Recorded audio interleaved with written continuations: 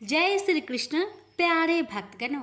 आज जानिए जेठ कृष्ण अपरा एकादशी पूजन विधि, तिथि, महत्व व कथा।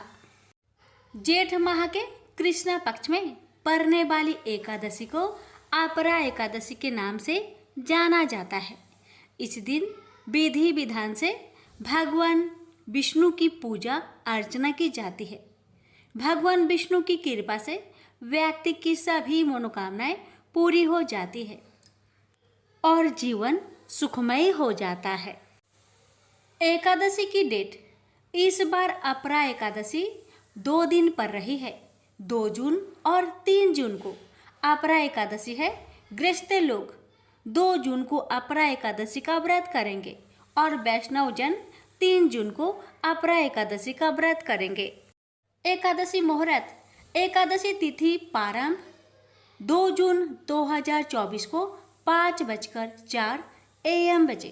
एकादशी तिथि समाप्त 3 जून 2024 को 2:41 AM बजे। 3 जून को व्रत पारण टाइम, पारण व्रत तोड़ने का समय 3 जून को 8:05 AM से 8:23 AM।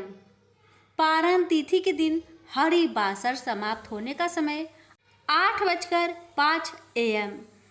4 जून को व्रत पारण टाइम, पारण व्रत तोड़ने का समय 4 जून को 5:41 AM से 8:23 AM।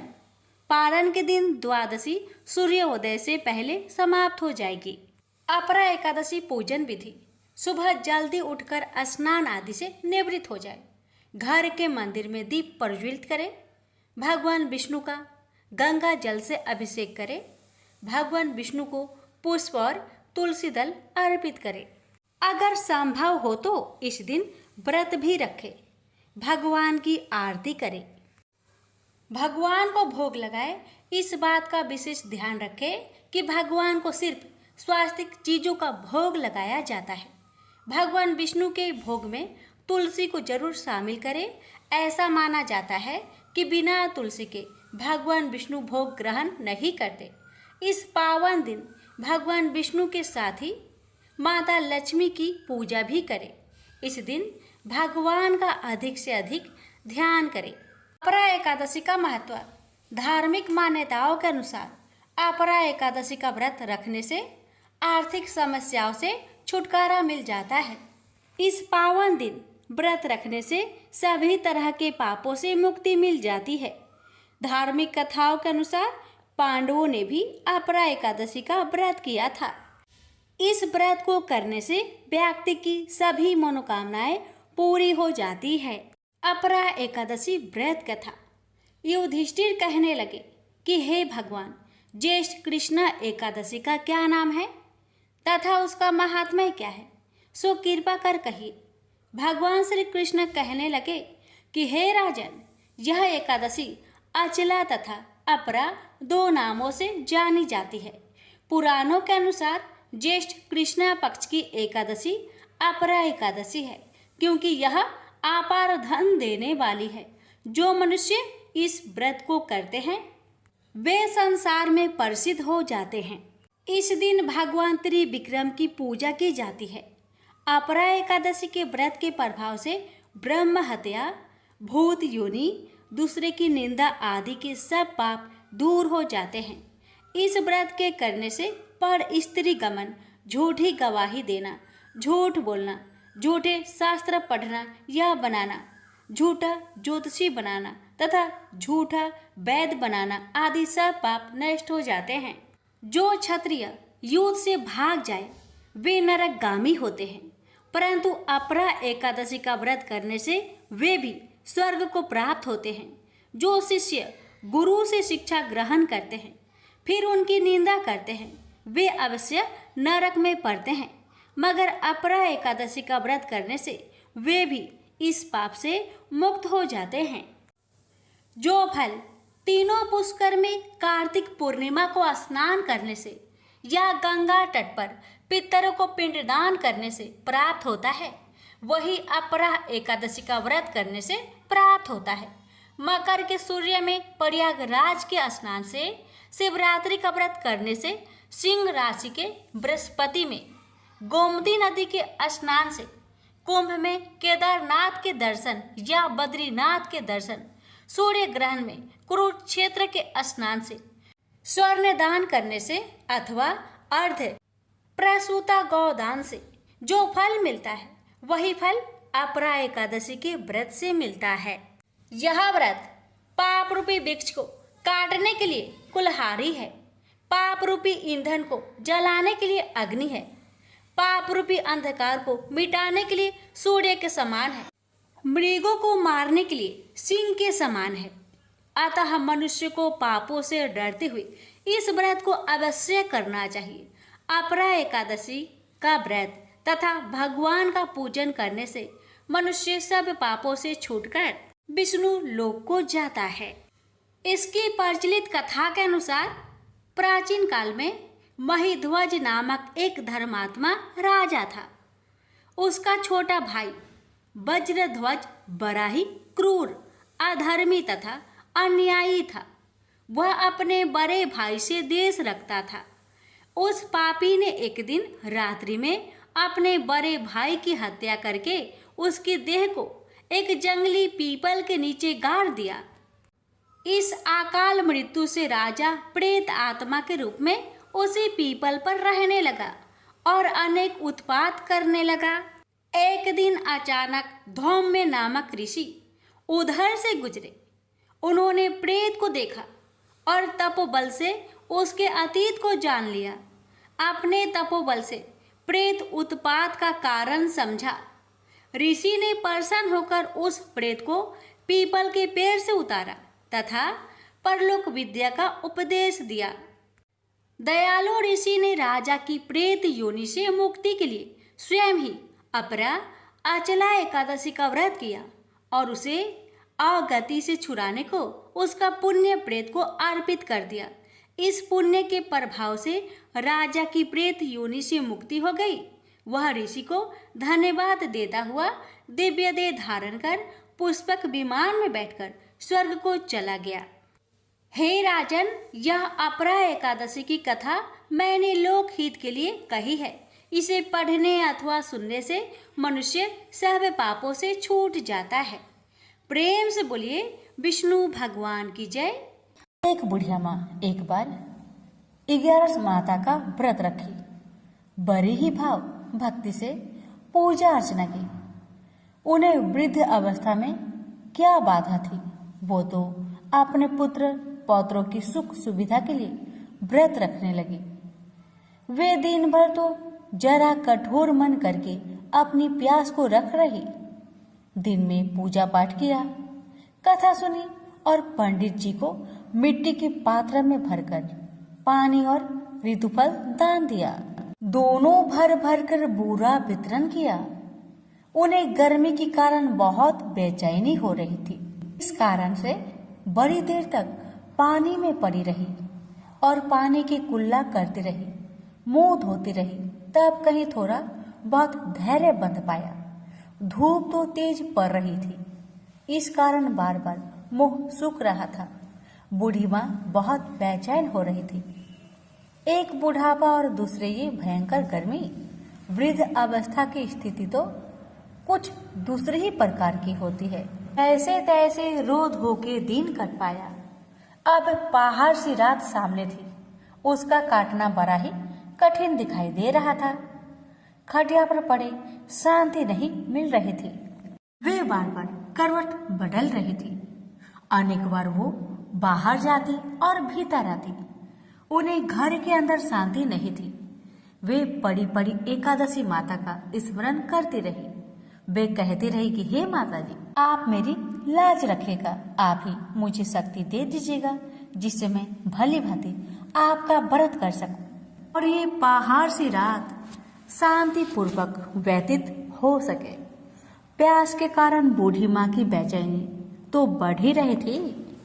उन्होंने धैर्य रखने का बहुत प्रयास किया, किंतु सहनशीलता की सीमा टूट गई और वे घबराकर एकदम चिल्ला पड़ी। बोली, बचाओ बचाओ बचाओ, अम्मा का चिल्लाना सुनकर परिवार भर के नर नारी बच्चे और पड़ोसी एकत्रित होकर बूढ़ी अम्मा की खटिया के समीप पहुंच गए। सबने पूछा, अम्मा जी आपको क्या हो गया? आप क्यों चिल्ला पड़ी हैं? आप इस वृद्धावस्था में ये कठिन व्रत क्यों कर रही हैं? अम्मा जी ने कहा, शक्ति से ही भक्ति होती है। थोड़ी ही देर में वे फिर से बोली कि अरे हमारे प्राण तो ही निकल जा रहे हैं, मेरी छाती पर ठंडे पानी का घड़ा रख दीजिए। नातियों ने दादी की छाती पर ठंडे पानी का पात्र रख दिया। तब कहीं उन्हें थोड़ा बहुत आराम मिला और थोड़ी देर के लिए उन्होंने अपनी आंखें बंद कर ली। एकादशी माता ने सोचा कि ये बूढ़ी अम्मा है तो बहुत कठोर, जरा जाकर उसकी परीक्षा लेनी चाहिए। वे आधी रात को मुर्गा बनकर टेर लगाने लगी। मुर्गा की आवाज सुनकर दादी जल्दी से उठी और बाहर जाकर आसमान की ओर देखा, किंतु आसमान में कहीं उन्हें प्रातःकालीन तारा दिखाई नहीं दिया। वे सोचने लगी कि ये मुर्गा क्यों और कैसे बोल गया है। वे तो आधा रात मालूम प्रतीत होता है। उन्हें प्यास तो बहुत लग ही रही थी। थोड़ा बहुत उनका मन भी विचलित होने लगा था, किंतु अंत में उन्होंने दृढ़ निश्चय किया कि मैं अब व्रत को पूर्ण करके ही छोड़ूंगी, चाहे कुछ भी हो जाए, मेरा प्राण ही क्यों ना निकल जाए। ये सोचकर फिर वे खटिया पर शिथिल होकर सो गई। थोड़ी ही देर में एकादशी माता ने उनकी फिर से परीक्षा लेनी चाहिए। एक छोटी सी बालिका एक गिलास में शरबत लेकर उनके सिरहाने खड़ी हो गई और जोर से बोली, दादी जी सवेरा हो गया, हाथ मुंह धोकर शरबत पी लीजिएगा। पहले तो शरबत का गिलास देखकर उनका मन ललचाने लगा, किंतु अचानक व्रत का स्मरण हो आया और उन्होंने सोचा कि मैं किसी भी प्रकार से अभी शरबत नहीं पी सकती हूँ, और वे शांतिपूर्वक अपनी खटिया पर लेट गई। फिर थोड़ी देर में उन्हें ऐसा लगा कि जैसे किसी ने उन्हें पानी के कुएं में पटक दिया हो। वे बड़ी देर तक उस कुएं में हाथ पांव चलाती रही, किंतु उन्होंने अपने मुख में पानी की एक बूंद भी नहीं जाने दी और वे दृढ़तापूर्वक अपना व्रत पालन करती रही। थोड़ी ही देर में न जाने कहां से सामने आग जलने लगी, जिससे भारी गर्मी बढ़ने लगी। प्यास के कारण प्राण निकलने लगे, किंतु बूढ़ी अम्मा का कुछ भी नहीं बिगड़ पाया। वे जहां की तहां मुस्कुराती हुई बैठी रही।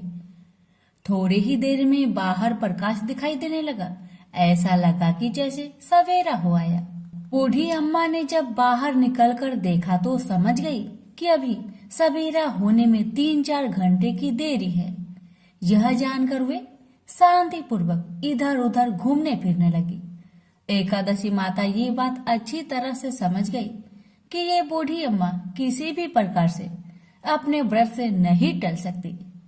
वे उनके सत्य व्रत को ही अच्छी तरह से समझ गई। सवेरा होते ही बूढ़ी माँ ने स्नान किया, भगवान का पूजा पाठ किया, एकादशी माता की कथा सुनी, ब्राह्मणों को दक्षिणा देकर भोजन करवाया। तब कहीं बूढ़ी अम्मा ने जल ग्रहण किया। कन्याओं को भोजन कराने के बाद अम्मा ने भोजन किया। उस श्रेष्ठ व्रत के प्रताप से बूढ़ी अम्मा की आयु में वृद्धि हो गई। उनका घर परिवार हरा भरा हो गया। घर में अब उनके कोई भी अभाव नहीं रहा। वे हर तरह के सुख साधनों से संपन्न हो गई। नाती नातिनों से उनका घर भर गया और वे उसी दिन से 12 महीने की एकादशी का व्रत करने लगी। एकादशी माता के व्रत के प्रताप से इस संसार में हर प्रकार के सुख भोग कर अंत में वैकुंठ धाम को चली गई। से बोलिए एकादशी माता की जय। अति प्राचीन काल की बात है। द्रविड़ देश में एक पांड्यवंशी राजा राज्य करते थे। उनका नाम था इंद्रधुम्न। वे भगवान की आराधना में ही अपना अधिक समय व्यतीत करते थे। यद्यपि उनके राज्य में सर्वत्र सुख शांति थी, प्रजा प्रत्येक रीति से संतुष्ट थी, तथापि राजा इंद्रधुम्न अपना समय राज्य कार्य में कम ही दे पाते थे। वे कहते थे कि भगवान विष्णु ही मेरे राज्य की व्यवस्था करते हैं, अतः वे अपने इष्ट परम प्रभु की उपासना में ही दृढ़चित रहते थे। राजा इंद्रधुम्न के मन में आराध्य आराधना की लालसा उत्तरोत्तर बढ़ती ही गई। इस कारण वे राज्य का त्याग कर मलय पर्वत पर रहने लगे। उनका भेष तपस्वियों जैसा था। सिर के बाल बढ़कर जटा के रूप में हो गए थे। वे निरंतर परम ब्रह्मा परमात्मा की आराधना में तल्लीन रहते थे। उनके मन और प्राण भी श्री हरि के चरण कमलों में मधुकर बने रहते। इसके अतिरिक्त उन्हें जगत की कोई वस्तु नहीं सुहाती। उन्हें राज्य, कोष, प्रजा तथा पत्नी आदि किसी प्राणी या पदार्थ की स्मृति ही नहीं होती थी। एक बार की बात है, राजा इंद्रधुम्न प्रतिदिन की भांति स्नान आदि से निवृत्त होकर सर्वसमर्थ प्रभु की उपासना में तल्लीन थे। उन्हें ब्रह्मा जगत का तनिक भी ध्यान नहीं था। संयोग बस उसी समय महर्षि अगस्त्य अपने समस्त शिष्यों के साथ वहां पहुंच गए, लेकिन न पाद्य न अर्घ्य और न स्वागत। मौन व्रती राजा इंद्रधुम्न परम प्रभु के ध्यान में निमग्न थे। इससे महर्षि अगस्त्य कुपित हो गए। उन्होंने इंद्रधुम्न को श्राप दिया, इस राजा ने गुरुजनों से शिक्षा नहीं ग्रहण की है और अभिमान बस परोपकार से निवृत्त होकर मनमानी कर रहा है। ब्राह्मणों का अपमान करने वाला यह राजा हाथी के समान जड़ बुद्धि है, इसलिए इसे घोर अज्ञानमयी हाथी की योनि प्राप्त हो। महर्षि अगस्त्य भगवत दंभ इंद्रधुम्न को यह श्राप देकर चले गए। राजा इंद्रधुम्न ने इसे श्री भगवान का मंगलमय विधान समझकर प्रभु के चरणों में सिर रख दिया। क्षीरविद में 10 सहस्त्र योजन लंबा, चौड़ा और ऊंचा त्रिकूट नामक एक पर्वत था। वहां पर वैद्य अत्यंत सुंदर एवं श्रेष्ठ था। उस पर्वतराज त्रिकूट की तराई में ऋतुमान नामक भगवान वरुण का कीड़ा कानन था। उसके चारों ओर दिव्य वृक्ष सुशोभित थे।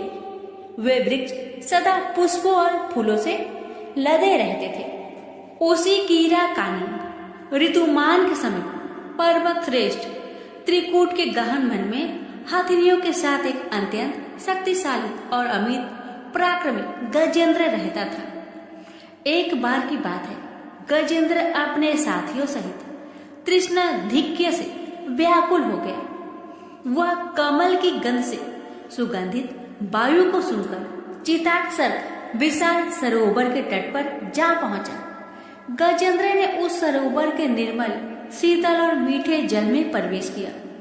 पहले तो उसने जल पीकर अपनी तृष्णा बुझाई, फिर जल में स्नान कर अपना श्रम दूर किया। तत्पश्चात उसने जल क्रीड़ा आरंभ कर दी। वह अपनी सूर में जल भरकर उसकी फुहारे से हाथनियों को स्नान कराने लगा। तभी अचानक गजेंद्र ने सूर उठाकर चित्कार की। पता नहीं किधर से एक मगर ने आकर उसका पैर पकड़ लिया था। गजेंद्र ने अपना पैर छुड़ाने के लिए पूरी शक्ति लगाई, परंतु उसका बस नहीं चला। पैर नहीं छूटा। अपने स्वामी गजेंद्र को ग्रहग्रस्त देखकर हथनियां, कला और अन्य गज अत्यंत व्याकुल हो गए। वे सूर उठाकर चिघाड़ने और गजेंद्र को बचाने के लिए सरोवर के भीतर बाहर दौड़ने लगे। उन्होंने पूरी चेष्टा की, लेकिन सफल नहीं हुए। वस्तुतः महर्षि अगस्त्य के श्राप से राजा इंद्रधुम्न ही गजेंद्र हो गए थे और गंधर्व श्रेष्ठ हुहु महर्षि देवल के श्राप से ग्राह हो गए थे। वे भी अत्यंत पराक्रमी थे। संघर्ष चलता रहा।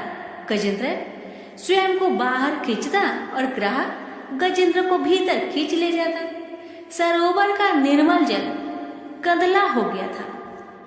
कमल दल छत बिछत हो गए। जल जंतु व्याकुल हो उठे। गजेंद्र और ग्राह का संघर्ष 1 सहस्त्र वर्ष तक चलता रहा।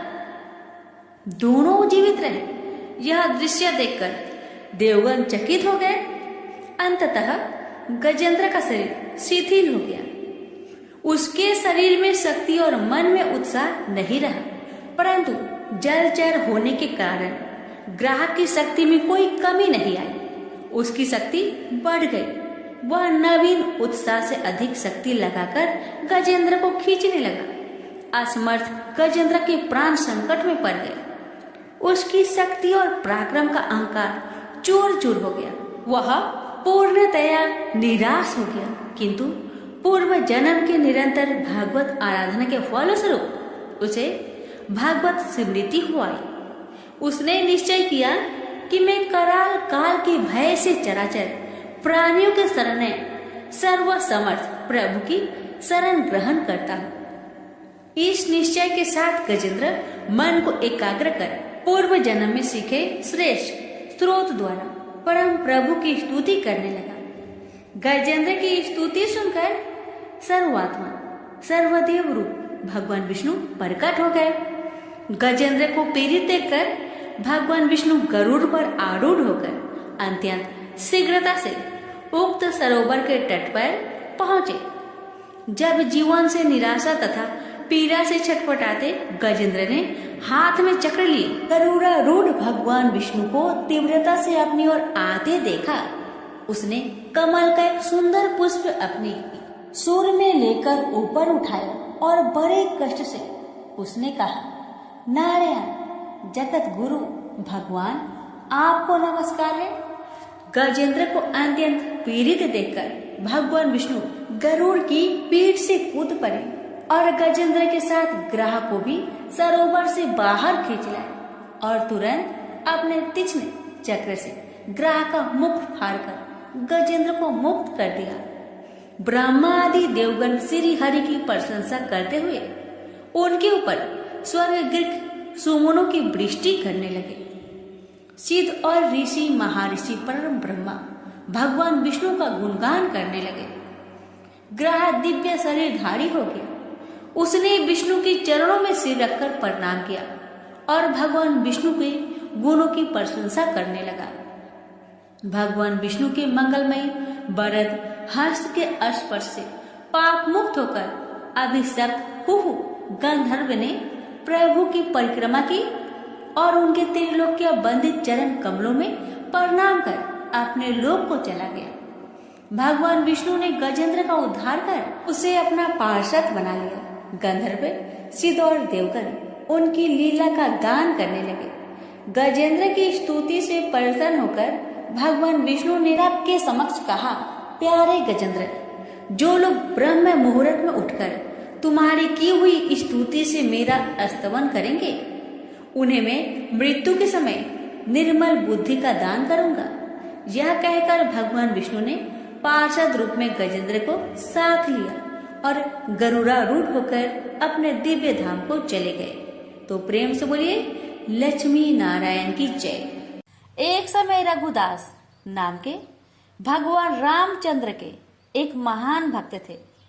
वह पुरी में जगन्नाथ मंदिर के सिंह द्वार के पास एक बड़ी छतरी के नीचे रहते थे।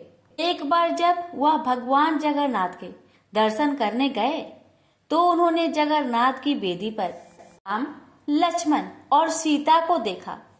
उस दिन से उन्हें विश्वास हो गया कि भगवान जगन्नाथ भगवान रामचंद्र से भिन्न नहीं है। एक बार रघु ने भगवान जगन्नाथ के लिए एक अच्छी माला तैयार की और पुजारी को भगवान को चढ़ाने के लिए दी, लेकिन पुजारी इसे चढ़ाना नहीं चाहता था क्योंकि रघु ने केले के पेड़ की छाल से बनी डोरी का इस्तेमाल किया था। उस समय जगन्नाथ के मंदिर में ऐसी चीजों का प्रयोग वर्जित था। रघु को बहुत दुख हुआ कि उनकी माला भगवान जगन्नाथ को नहीं चढ़ाई गई। वह बहुत उदास महसूस करते हुए मंदिर के बाहर चला गया। बाद में दिन में पुजारी शाम की आरती समाप्त कर रहा था। भगवान के शयन करने से पहले पुजारी उन्हें एक विशेष पोशाक पहनाते हैं जिसे बड़ा श्रृंगार वैसा कहा जाता है। भगवान को श्रृंगारित करने के बाद पुजारी ने उनके शरीर को फूलों से सजाना शुरू कर दिया, लेकिन उसे आश्चर्य हुआ कि उसने जो कुछ भी किया भगवान के शरीर पर एक भी फूल नहीं बचा। भगवान किसी भी फूल को स्वीकार नहीं करेंगे। सभी पुजारी यह सोचकर बहुत चिंतित हो गए कि अवश्य ही उन्होंने कोई अपराध किया है। लेकिन यह क्या हो सकता था? उन सभी ने निर्णय लिया कि यह समझने की कोशिश करने के लिए कि उन्होंने क्या अपराध किया है, वे सभी मंदिर में सोएंगे और तब तक उपवास करेंगे जब तक भगवान उनके सपने में आकर उनके अपराध के बारे में सूचित नहीं कर देते। निश्चित रूप से उसी रात भगवान जगन्नाथ मुख्य पुजारी के सामने आए और उनसे कहा, मेरे भक्त रघुदास मेरे लिए एक फूल का माला लाए थे। उन्होंने इसे बहुत प्यार और भक्ति के साथ तैयार किया। आपने बाहरी विशेषता देखी, माला को उन्होंने मुझे देने से मना कर दिया। आप देख नहीं सकते कि उन्होंने कितनी अच्छी माला तैयार की है। उन्होंने इसे प्रेम और भक्ति से पिरोया। आप मेरा भक्त मेरी सेवा से वंचित होकर अपने घर में माला रखकर पड़ा हुआ है, उसके सामने माला पहनाओ। उसने कुछ भी नहीं खाया है और लगातार रो रहा है। वह अभी तक सोया नहीं है। जब तक मेरे भक्त की इच्छा पूरी नहीं हो जाती, मैं आपसे कोई माला कैसे स्वीकार कर सकता हूँ और कैसे मैं शांति से सो सकता हूँ? तुरंत प्रधान पुजारी जाग गया और उसने अन्य पुजारियों को सारी बात बताई। तब वे सभी रघुदास के पास गए और अपना अपराध समझाया और उनसे अपनी माला भगवान जगन्नाथ को देने के लिए कहा। यह सुनकर रघुदास बहुत प्रसन्न हुए कि भगवान इतने दयालु हैं कि वे स्वयं उनकी माला स्वीकार करने की प्रतीक्षा कर रहे हैं। रघुदास परम आनंद में थे। एक बार रघुदास बहुत गंभीर रोग से पीड़ित हो गए। उनकी तबीयत इतनी खराब हो गई कि वह बिस्तर से उठ भी नहीं पा रहे थे। उन्हें अपने बिस्तर में ही मल त्याग करना पड़ा। बदबू बहुत बुरी थी। रघुदास बहुत बीमार होने के कारण खुद की मदद करने में असमर्थ होकर बेहोश हो गए। एक छोटा लड़का रघुदास की सेवा के लिए आ रहा था। उन्होंने उसके शरीर को साफ किया और चंदन लगाया और गंध को दूर करने और कमरे को शुद्ध करने के लिए अच्छी सुगंधित चीजें पेश की। जब रघु को होश आया तो उन्होंने पाया कि वह लड़का स्वयं भगवान जगन्नाथ थे। रघु ने भगवान जगन्नाथ से कहा, मेरे प्रिय भगवान, आप यहाँ क्या कर रहे हैं? मेरी यह निम्न सेवा करके आप मुझे अपराधी बना रहे हैं। मैं आपसे सेवा प्राप्त करके और अधिक पापी बन रहा हूँ। हे भगवान, आप बहुत दयालु हैं। आप ब्रह्मांड के स्वामी हैं। आप सब कुछ करने में समक्ष है। यदि आप चाहे तो आप मेरी बीमारी को आसानी से ठीक कर सकते हैं। मुझे ठीक करने के बजाय आप मेरी यह निम्न सेवा क्यों कर रहे हैं? भगवान ने उत्तर दिया, हाँ, मैं तुम्हें आसानी से ठीक कर सकता हूँ, लेकिन मैं चाहता हूँ कि तुम अपने सभी प्रबंध कर्मों से मुक्त हो जाओ, ताकि तुम इस जीवन के अंत में मेरे निवास पर वापस जाओ। तुम्हें ये भी जानना चाहिए कि जैसे कि मेरे भक्तों को मिलता है, मेरी सेवा करने से सुख मिलता है, मुझे भी अपने भक्तों की सेवा करने से सुख मिलता है। मैं सदैव आपकी सेवा करना चाहता हूँ। मुझ में और मेरे भक्त में कोई अंतर नहीं है। इस प्रकार भगवान और रघु के बीच बहुत घनिष्ठ संबंध थे। रघु बहुत सरल थे और उनका स्वभाव एक छोटे लड़के जैसा था। भगवान जगन्नाथ के साथ उनके संबंध बहुत मैत्रीपूर्ण थे। कभी कभी भगवान एक लड़की के रूप में उनके पास आते थे और वे दोनों एक साथ खेलते थे। यह सामान्यतः लोगों को ज्ञात था कि भगवान रघु के साथ खेलने के लिए उनके पास आए थे। सभी लोग रघु का आदर करते थे। वह बहुत प्रसिद्ध थे और लोगों के बीच भगवान जगन्नाथ के मित्र के रूप में जाने जाते थे। एक बार जगन्नाथ रघु के पास आए और उससे कहा कि वह राजा के बगीचे से कटहल चुराने के लिए उसके साथ चले। रघु ने कहा, तुम कटहल क्यों चुराना चाहते हो? यदि तुम्हें कटहल खाने की इच्छा है मुझे बताओ, मैं तुम्हारे लिए एक अच्छा कटहल लाऊंगा। भगवान जगन्नाथ ने उत्तर दिया, इस प्रकार मुझे अपने भक्त से सब कुछ मिल रहा है। वास्तव में मेरे पास सब कुछ है।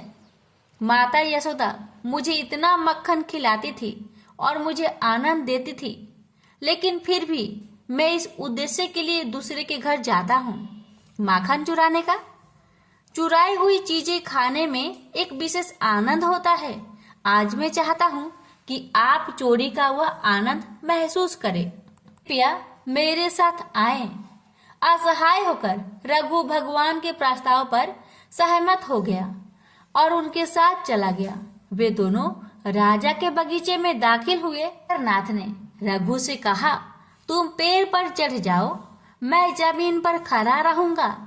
तुम सबसे अच्छा और सबसे बड़ा कटहल तोड़कर नीचे फेंक देना, मैं यही खड़ा होकर उसे पकड़ लूंगा, फिर हम दोनों भाग जाएंगे। रघु ने भगवान की आदेश का ठीक वैसे ही पालन किया जैसे उन्होंने निर्देश दिया था। वह कटहल के पेड़ पर चढ़ गया और सबसे अच्छे और बड़े कटहल को ढूंढ निकाला, उसे तोड़ लिया। जगन्नाथ, उसने पुकारा, क्या आप तैयार हैं? जगन्नाथ ने उत्तर दिया, हाँ मैं तैयार हूँ, फेंक दो। रघु ने कटहल नीचे फेंक दिया, यह उम्मीद करते हुए कि जगन्नाथ उसे पकड़ लेंगे। लेकिन जगन्नाथ कहाँ थे? वह भाग गए थे। कटहल को पकड़ने वाला कोई नहीं था। वह बड़ी आवाज करते हुए जमीन पर गिरा और फट गया। जब राजा के माली ने आवाज सुनी तो वह समझ गया कि कोई कटहल चुराने के लिए बगीचे में घुसा है। वह तुरंत मौके पर भागा और देखा कि बड़ा कटहल जमीन पर खुला पड़ा था। फिर भी उसने आसपास किसी को नहीं देखा। जब उसने ऊपर देखा तो उसे रघुदास पेड़ पर बैठे दिखे। माली तुरंत राजा के पास गया और उसे बताया कि रघुदास उसके बगीचे से कटहल चुरा रहा था। वह अभी भी वही पेड़ की चोटी पर बैठा है। उसने उत्साहपूर्वक राजा से कहा, राजा को विश्वास नहीं हो रहा था कि रघु कटहल चुराने के लिए उसके बगीचे में घुसा था। इसलिए राजा ने अपने मंत्रियों को इकट्ठा किया और उस स्थान पर गए जहां माली ने संकेत किया था। वह रघुदास को पेड़ पर बैठे और कटहल को जमीन पर पड़ा देखकर आश्चर्यचकित रह गया। राजा के अनुरोध पर रघु पेड़ से नीचे उतर आया। राजा ने रघु से पूछा, मेरे प्रिय प्रभु, यदि तुम कटहल खाना चाहते थे तो आधी रात को मेरे बगीचे में आकर पेड़ पर चढ़ने की परेशानी क्यों उठा रहे हो? तुम मुझे बता सकते थे, मैं कर सकता था। कटहल उठाया और तुम्हारे घर भेज दिया।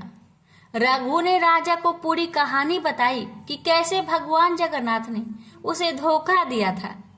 भगवान की लीला सुनकर सभी को आनंद आ गया और सभी हंस पड़े। उन्होंने रघु की महानता की प्रशंसा की। इस प्रकार मित्रता की मुद्रा में रघु भगवान जगन्नाथ के साथ लीलाएं करते। एक भक्त ने भगवान जगन्नाथ के साथ रघुदास की एक लीला का प्रदर्शनी वर्णन किया। एक बार रथ यात्रा के दौरान भगवान ने रथ पर स्थान ग्रहण किया था। राजा द्वारा सड़क साफ करने के बाद रथ चलने के लिए सब कुछ तैयार था। हजारों लोगों ने रस्सी खींची लेकिन रथ आगे नहीं बढ़ा। स्थिति को देखते हुए ब्रिटिश साहिवा ने रथ को खींचने के लिए एक शक्तिशाली हाथी की व्यवस्था की, फिर भी रथ नहीं हिलेगा। साहिवा ने रघुदास से कहा, रघुदास जी, यह कैसे भगवान है?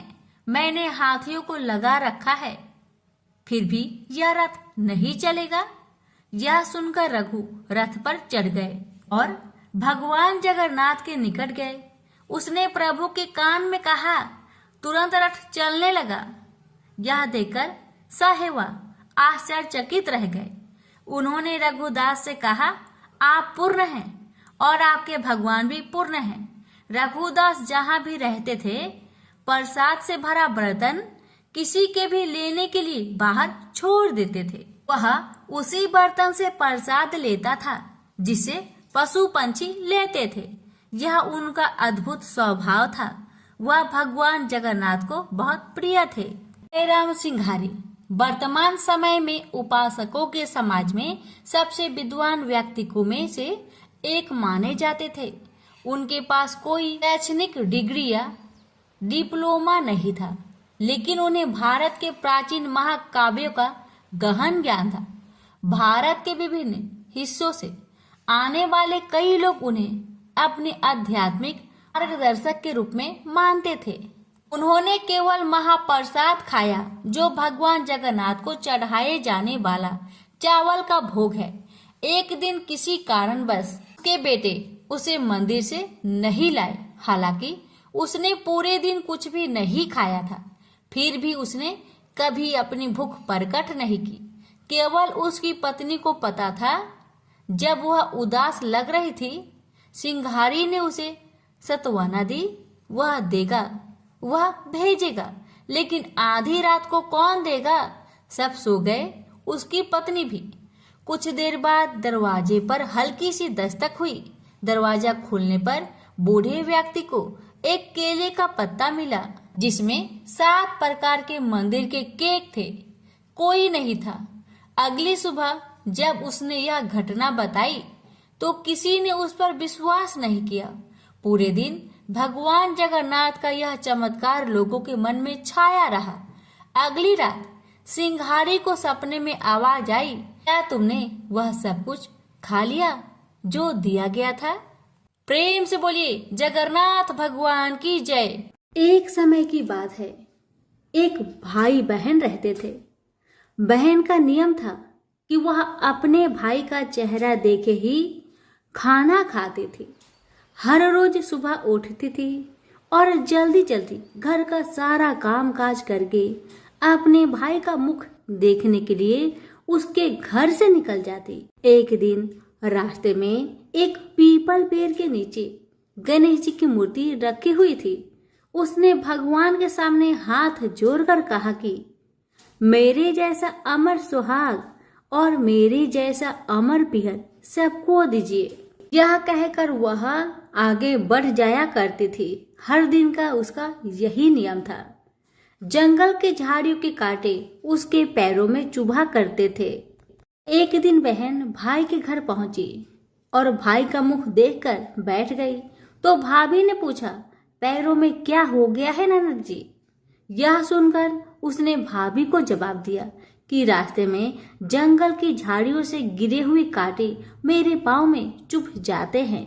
जब वह वापस अपने घर आ गई तब भाभी ने अपने पति से कहा कि रास्ते को साफ करवा दो। हमारी ननद यानी कि आपकी बहन झाड़ियों के रास्ते से आती है तो उसके पाँव में बहुत सारे कांटे चुभ जाते हैं। पत्नी की इतना बात सुनते ही भाई तुरंत उठा और हाथों में कुल्हाड़ी लेकर सारी झाड़ियों को काटकर रास्ता साफ कर दिया। और इसी कारण से गणेश जी का स्थान भी वहां से हट गया। यह देखकर भगवान गुस्सा हो गए और उसके भाई के प्राण को हर लिए। लोग अंतिम संस्कार के लिए जब भाई को ले जा रहे थे तब उसकी भाभी रोती हुई लोगों से कही, थोड़ी देर रुक जाओ, उसकी बहन आने वाली है। वह अपने भाई का मुख देखे बिना नहीं रह सकती। उसका यह हर दिन का नियम है। तब लोगों ने कहा, आज तो देख लेगी पर कल कैसे देखेगी? रोज के दिन की तरह बहन अपने भाई का मुख देखने के लिए जंगल में निकल दी। जब जंगल में उसने देखा कि सारा रास्ता साफ किया हुआ है तब वह आगे बढ़ी तो उसने देखा कि सिद्धि विनायक को भी वहां से हटा दिया गया है। तब उसने जाने से पहले गणेश जी को एक अच्छे स्थान पर रखकर उन्हें स्थान दिया और हाथ जोड़कर बोली, हे गणेश महाराज, मेरे जैसा अमर सुहाग और मेरे जैसा अमर पिहर सबको देना। और फिर इतना कहकर आगे निकल गई। लड़की की बात सुनकर भगवान गणेश सोच में पड़ गए, अगर मैं इसका नहीं सुना तो मुझे कौन मानेगा, हमें कौन पूजेगा? तब सिद्धि विनायक ने उसे पीछे से आवाज दिया कि बेटी, इस खेजड़ी की 7 पत्तियां ले जा और उसे कच्चे दूध में घोलकर भाई के ऊपर छींटा मार देना, वह उठकर बैठ जाएगा। यह सुनकर जब बहन पीछे मुड़ी तो उसने देखा कि वहां तो कोई नहीं है, लेकिन फिर भी उसके दिल से आवाज आई, जो मैंने सुना वैसे ही करती हूँ, देखा जाए क्या होता है। इतना सोचकर वह 7 खेजड़ी की पत्तियां लेकर अपने भाई के घर पहुंची। उसने देखा वहां कई लोग बैठे हुए हैं। भाभी बैठी रो रही है और पास में ही भाई का लाश रखा हुआ है। उसे रास्ते में जो आवाज सुनाई दी थी वही बात याद आई और उसने वैसा ही किया जैसे उसने सुना था। उसने खेजड़ी के 7 पत्तियों को बताए हुए नियम के तहत भाई के ऊपर इस्तेमाल किया। तब उसका भाई उठकर बैठ गया। भाई बोला बहन से, मुझे तो बहुत ही गहरी नींद आ गई थी। तब बहन बोली, यह नींद किसी दुश्मन को भी ना आए, और उसने सारी बात अपने भाई को बता दी। हे गणेश महाराज, जैसे आपने उस बहन की सुनी वैसे ही कहानी कहने वाले, हुक्कारे भरने वाले सभी की परिवार की सुनना और सभी के परिवार की रक्षा करना। सभी प्रेम से बोलिए गणेश महाराज की जय हो। सभी व्रत में सुनी जाने वाली लपसी तपसी की कथा। एक लपसी था, एक तपसी था। तपसी हमेशा भगवान की तपस्या में लीन रहता था। लपसी रोजाना 1.25 सेर की लापसी बनाकर भगवान का भोग लगाकर जीम लेता था। एक दिन दोनों लड़ने लगे। तपसी बोला, मैं रोज भगवान की तपस्या करता हूँ इसलिए मैं बड़ा हूँ। लपसी बोला, मैं रोज भगवान को 1.25 सेर लापसी का भोग लगाता हूँ इसलिए मैं बड़ा हूँ। नारद जी वहां से गुजर रहे थे। दोनों को लड़ता देखकर उनसे पूछा कि तुम क्यों लड़ रहे हो। तपसी ने खुद के बड़ा होने का कारण बताया और लपसी ने अपना कारण बताया। नारद जी बोले, तुम्हारा फैसला मैं कर दूंगा। दूसरे दिन लपसी और तपसी नहाकर अपनी रोज की भक्ति करने आए तो नारद जी ने छुपकर 1.25 करोड़ की एक अंगूठी दोनों के आगे रख दिए। तपसी की नजर जब अंगूठी पर पड़ी तो उसने चुपचाप अंगूठी उठाकर अपने नीचे दबा लिया। तपसी की नजर अंगूठी पर पड़ी लेकिन उसने ध्यान नहीं दिया।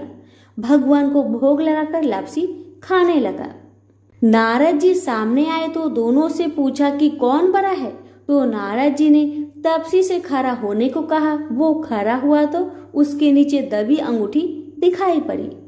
नारद जी ने तपसी से कहा, तपस्या करने के बाद भी तुम्हारी चोरी करने की आदत नहीं गई, इसलिए लपसी बड़ा है और तुम्हें तुम्हारी तपस्या का कोई भी फल नहीं मिलेगा।